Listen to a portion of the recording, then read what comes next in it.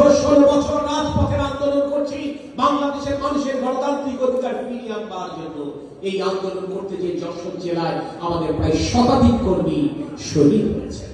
সারা বাংলাদেশে আমাদের 7 শতাধিক নেতাকর্মী গুমের শিকার হয়েছে, প্রায় 5000 উপর নেতাকর্মী খুনের শিকার হয়েছে।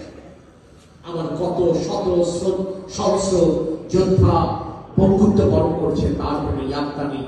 আমার মা বোন থেকে শুরু করে আমার কোনো সহযোগিতা নেই যাদের শরীরে ওই স্বৈরাচার কিংবা ফ্যাসিস্টের আঘাত একটি পড়েনি। এমন কোন সহকর্মী নেই যে 16 বছরে একটি বার কারাগার করে আসে। এমন কোন সহকর্মী নেই যার প্রতি সপ্তাহে 2 বার কোর্টের বারান্দায় যেতে হয়নি। এরপরও কিন্তু আমরা আমাদের জীবন, আমরা আমাদের যৌবন, আমরা আমাদের ক্যারিয়ার বিসর্জন দিয়ে বাংলাদেশের জনগণের ভাগ্য ফেরাবার জন্য, বাংলাদেশের জনগণের গণতান্ত্রিক অধিকার ফিরিয়ে আনবার জন্য 16 বছর লড়াই করেছি।